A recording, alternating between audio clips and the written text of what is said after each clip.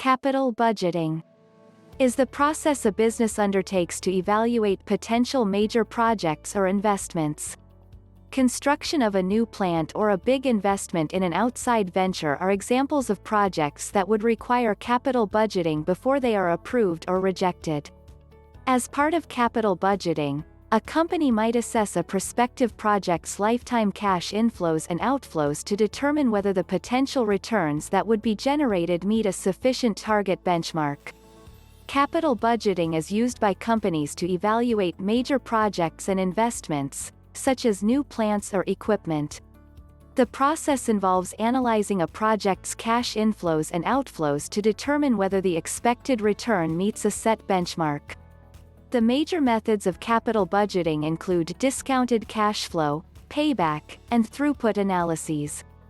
Ideally, businesses would pursue any and all projects and opportunities that enhance shareholder value and profit.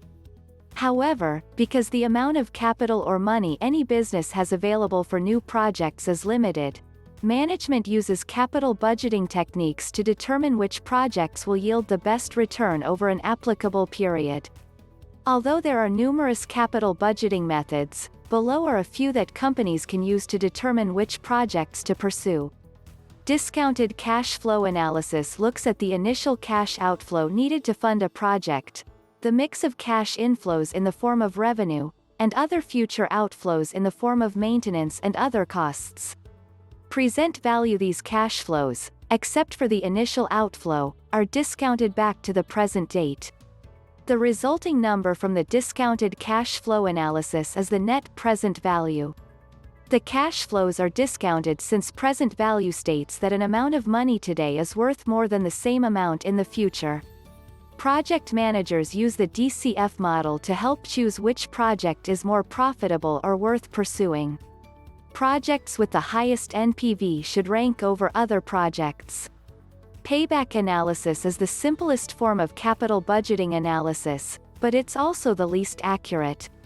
It's still widely used because it's quick and can give managers a back-of-the-envelope understanding of the real value of a proposed project.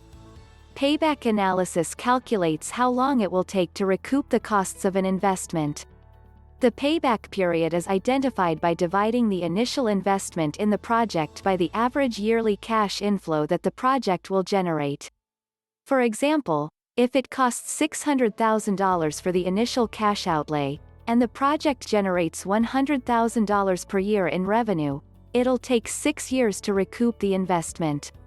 Payback analysis is usually used when companies have only a limited amount of funds, or liquidity, to invest in a project and therefore, need to know how quickly they can get back their investment.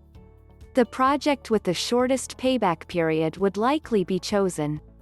However, there are some limitations to the payback method since it doesn't account for the opportunity cost or the rate of return that could be earned had they not chosen to pursue the project. Throughput analysis is the most complicated form of capital budgeting analysis, but also the most accurate in helping managers decide which projects to pursue.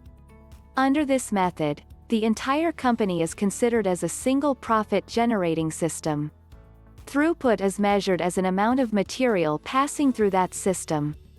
The analysis assumes that nearly all costs are operating expenses, that a company needs to maximize the throughput of the entire system to pay for expenses, and that the way to maximize profits is to maximize the throughput passing through a bottleneck operation. This is a quick overview of capital budgeting.